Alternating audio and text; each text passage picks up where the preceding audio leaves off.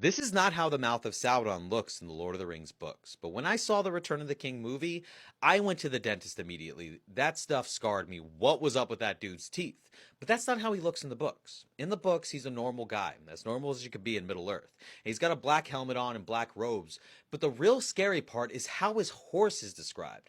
Because the narrator is like, yeah, I don't even know if this is a horse, because this thing was huge, a monster of a beast that this dude rode. And it had flaming eyes and nostrils and a face or a mask, as he describes it, similar to a skull and less so to a living head. I don't know what's going on here. But when the mouth of Sauron approaches the Lords of the West, being Aragorn and Gandalf and Imrahil and the twin sons of Elrond, Elladan and Elrohir, as well as the rest of the Dunedain, he tells them, what's going to go down.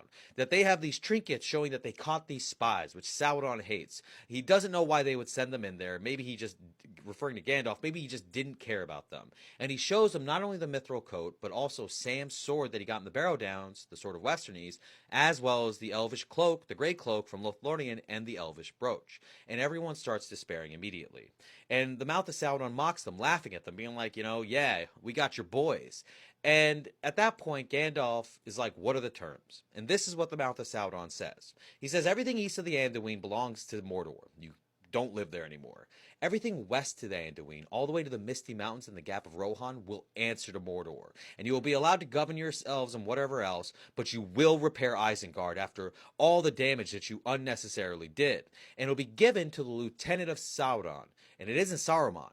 It's the mouth of Sauron. He's the lieutenant of the Black Tower, and he's the one who's going to get it after all the follies and failure and betrayal of Saruman.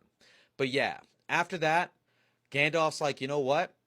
Straight up reveals his cloak, flashbangs this dude. No joke. I'm not even kidding you. White Rider time, blinds this dude, grabs all these trinkets and stuff and pulls it back and says, we're not going to do this. We will never bow down to the Dark Lord. We will stand and fight. And that's exactly what goes down because Sauron springs his trap.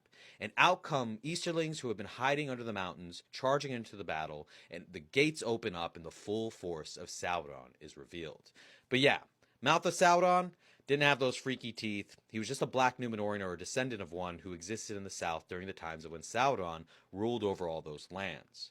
Not some crazed, I don't know what that was.